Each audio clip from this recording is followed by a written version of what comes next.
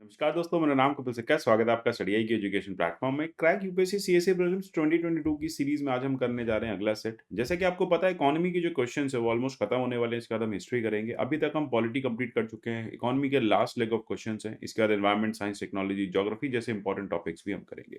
Promise किया मैंने आपको 1100 क्वेश्चंस कवर करेंगे। लगभग 1100 क्वेश्चंस तक हम यहाँ पे सब कुछ डिस्कस कर लेंगे। अगर आप 2022 का प्रीलिम्स दे रहे हैं, अगर आप 2022 में कोई पीसीएस एग्जाम दे रहे हैं, तो काफ़ी बेनिफिशियल रहेगी ये सीरीज़ आपके लिए। आपको जितने भी वीडियोस आते हैं इसके पीडीएफ में टेलीग्राम चैनल से मिल जाएंगे। आप मुझे @कपिल लाइव टेलीग्राम पे फॉलो कर सकते हैं, @कपिल से ट्विटर हैंडल पे फॉलो कर सकते हैं। बात करते हैं क्वेश्चन नंबर 401 की। Consider the following statements. आपको कुछ स्टेटमेंट्स के बारे में बताना है। Statutory liquidity ratio is determined by RBI. RBI determine करता है। Maintained by banks itself in order to control the expansion of banking credit. Idea यही है, बैंकिंग क्रेडिट को कंट्रोल करने के लिए आरबीआई कुछ रेट बताता है, बैंक्स उसे मेंटेन करते हैं। कैश रिजर्व रेशियो जो है वो डिटरमाइन किया जाता है, मेंटेन किया जाता है आरबीआई द्वारा in order to control over the bank credit. Which of the following is correct? बहुत सिंपल है। जैसे कि हम बात करें एसएलआर की, हम बात करें सीआरआर की, दोनों यहाँ पे करेक्ट है। देखिए एसएलआर की हम बात करेंगे तो ये एक ऐसा रेट होता है जिसपे बैंक्स को परसेंटेज मिलता है, बैंक्स उस पे अर्न करती हैं। ये एक रेशियो जो है लिक्विडिटी मेंटेन करने के लिए रिजर्व बैंक ऑफ इंडिया बताता है और अकॉर्डिंगली बैंक्स जो है इसको मेंटेन करते हैं। सीआरआर आपने देखा होगा, यूजुअली बैंक रखते अपने में ही पैसा है, लेकिन बैंक के पास एक आरबीआई की चेस्ट होती है, वहीं पे ये पैसा रखा जाता है। यहाँ पे किसी भी तरह का कोई इंटरेस्ट जो है अर्न नहीं किया जाता। बैंक के पास एक वॉल्ट होती है, आरबीआई उसको मेंटेन करती है। इसी से जुड़ा दूसरा क्वेश्चन है लिक्विडिटी एडजस्टमेंट फैसिलिटी। इसको आरबीआई ने इंट्रोड्यूस किया था। ये सारे शेड्यूल बैंक्स इसके लिए एलिजिबल हैं। जितने भी फंड्स हैं जो एलएफ में होते हैं, वो banks day to day mismatch के लिए यूज करते हैं या लिक्विडिटी को रखने के लिए करते हैं। आरएफ अगर हम एलएफ की बात करें तो रेपो, रिवर्स रेपो और एमएसएफ रेट इसमें शामिल है।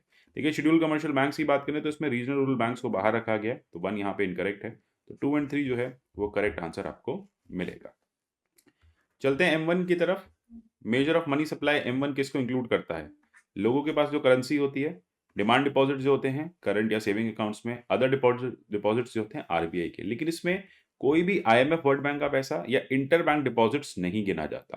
तो 1, 2 एंड 3 जो है M1 का, M1, M2, M3 सब कुछ कवर करेंगे। तो ये है M1 का कॉन्सेप्ट। चलते हैं, ये बेसिकली आप देखेंगे फिजिकल मनी होता है, ठीक है, जो मनी इन सप्लाई होता है, इसी को आप M1 में कैलकुलेट करते हैं। RBI implements monetary policy through which of the following. इसमें से किसके थ्रू आरबीआई जो है मॉनेटरी पॉलिसीज को फॉलो कर इंप्लीमेंट करती है? आपको याद होगा, दो तरह की मॉनेटरी पॉलिसी होती है, एक होती है क्वांटिटेटिव, एक होती है क्वालिटेटिव। तो ये दोनों के पर्सपेक्टिव्स हैं, यहाँ पे दोनों के पार्ट्स हैं।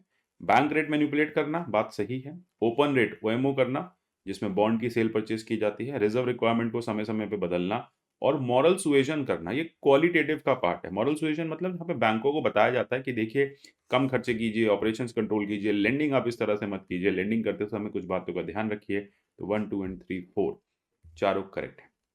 ठीक है, तो मॉनेटरी पॉलिसी, फिस्कल पॉलिसी, इस तरह से बैंकिंग सेक्टर जो है वो ऑपरेट करता है।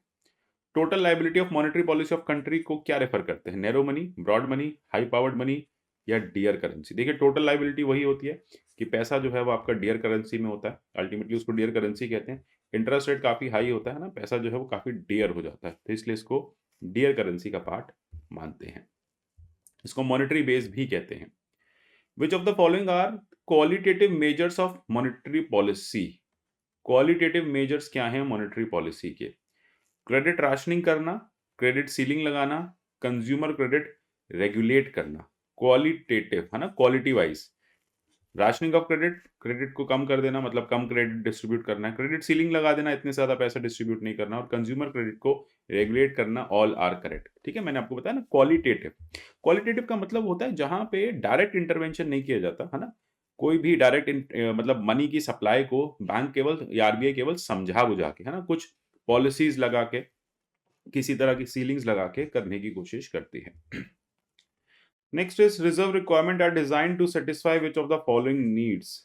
Providing loan to the government, safety of banking operations, regulation of liquidity. देखिए टेक्निकली वैसे कहा जाता है कि 2 एंड 3 जो है वो करेक्ट, आपको देखने में लग भी रहा होगा, लेकिन कई बार रिजर्व रिक्वायरमेंट से क्या हो जाता है कि बैंक्स जो है वो सरकार को भी मनी ट्रांसफर या लोन ट्रांसफर कर सकती हैं। इकोनॉमिक्स में अगर हम फ्रैक्शनल रिजर्व बैंकिंग की बात करें तो यहाँ पे जो रिजर्व्स हैं ये पीरियोडिकली आरबीआई मेंटेन करती है ना? इससे कई बार ये होता है कि बैंक्स को भी लिक्विडिटी मिल जाती है, गवर्नमेंट को भी लिक्विडिटी मिल जाती है। जब एसएलआर में पैसा गवर्नमेंट के पास जाता है, तो गवर्नमेंट के लिए भी एक लिक्विडिटी क्रिएट हो जाती है और बैंक्स के लिए एक अर्निंग भी हो जाती है। और सबसे ज़्यादा क्योंकि सरकार के पास पैसा होता है, तो बहुत सेफ्टी मेंटेन रहती है। कहा जाता है सरकार सबसे ज़्यादा लिक्विड होती है, सरकार कभी डिफ़ॉल्ट नहीं करती। तो इसलिए बैंक्स बहुत खुश होते हैं सरकार को लोन देके। तो यहाँ पे तीनों ही जो पर्सपेक्टिव्स हैं, providing loan to the government, safety of banking operations and regulation of liquidity, तीनों ही करेक्ट हैं। अब हम क्वालिटेटिव ईजिंग की बात करें, हम क्वांटिटेटिव ईजिंग की बात करते हैं। क्या होता है क्वांटिटेटिव ईजिंग? अनकन्वेंशनल फॉर्म होता है मॉनेटरी का। यहाँ पे क्या होता है, स्टिमुलेट किया जाता है इकोनॉमी को। कन्वेंशनल में आपका आप देखेंगे कि जो जितने भी तरह की ईजिंग्स की जाती है, इसको भी मैं समझाता हूँ। This method can be used in place of interest rate reduction. आप इसको इंटरेस्ट रेट रिडक्शन की जगह यूज कर सकते हैं। देन उसके बाद this central bank purchases government securities और other securities from the market in order to lower interest rate and increase the money supply. ठीक है, आपको बताना कौन सा इसमें से करेक्ट है। क्वांटिटेटिव ईजनिंग जो है वो एक अनकन्वेंशनल फॉर्म है। ठीक है, ये मार्केट को स्टिमुलेट करने के लिए ही किया जाता है, इकोनॉमी को। लेकिन जब इंटरेस्ट रेट रिडक्शन वगैरह सब फेल हो जाते हैं ना, उसके बाद इसको लाया जाता है। ठीक है, यहाँ पे क्वांटिटी ईज किया जाता है, यहाँ पे सिक्योरिटीज की सेल परचेज की जाती है। ठीक है, तो एक ऐसा मेथड है जो बाद में यूज किया जाता है, जब सारे स्टेट यानी फिस्कल पॉलिसी बाकी सब चीजें जब फेल हो जाती है, तो क्वांटिटेटिव ईजिंग की तरफ सरकार जो है, ये बैंक जो है वो जाता है। तो ए जो है इसमें करेक्ट आंसर बनेगा। एनपीए को लेके काफ़ी ज़्यादा न्यूज़ रहती है ना। एनपीएज़ आप देखेंगे नॉन परफॉर्मिंग एसेट्स हैं, देन उसके बाद सब स्टैंडर्ड एसेट्स हैं, देन उसके बाद ऐसे एसेट्स हैं जो रिकवर नहीं हो पा रहे हैं। तो आपको बताना है इसमें से क्या रीज़न्स है एनपीए के बढ़ने का। अभी हम आगे एनपीए को भी बहुत डिटेल में डिस्कस करेंगे। देखिए, सरकारों की पॉलिसीज़ बनती हैं, इम्प्लीमेंट नहीं हो पाती, इकोनॉमी की रिकवरी खराब है और मर्जिंग मतलब ग्लोबल इकोनॉमी ठीक से रिकवर नहीं हो रही और बैंक्स को मर्ज करने से एनपीएस बढ़ रहे हैं।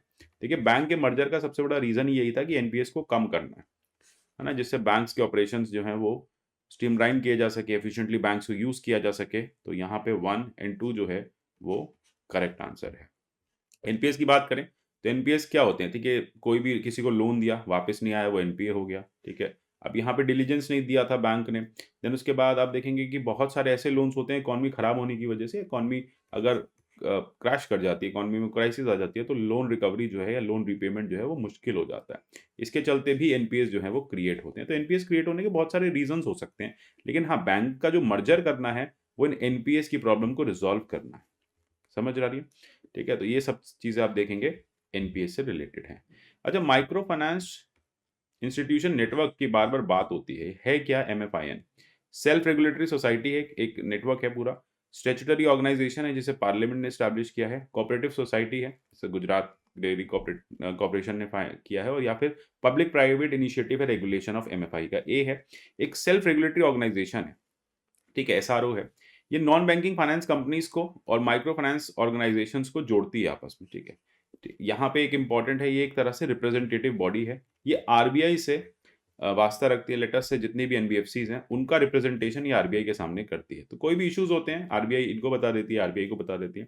ये की ऑब्जेक्टिव जो है माइक्रो फाइनेंस के, उसको इनकॉर्पोरेट करने के लिए, उसको फुलफिल करने के लिए लाया गया था, जिससे कि फाइनेंशियल इंडिपेंडेंस हो, ज़्यादा से ज़्यादा जो लोग हैं वो इन चीप लोन्स का बेनिफिट ले सके, माइक्रो फाइनेंस का बेनिफिट ले सके। और आपको जैसे कि पता है कि माइक्रो फाइनेंस पॉवर्टी एलिवेशन में काफ़ी ज़्यादा हेल्पफुल है। अगर आप बंधन बैंक की बात करें, ठीक है, अगर आप बांग्लादेश के ग्रामीण बैंक की बात करें, तो ये सब माइक्रो फाइनेंस इंस्टीट्यूशंस हैं, जिसकी वजह से पॉवर्टी एलिवेशन काफ़ी ज़्यादा हुआ है इन क्षेत्रों में।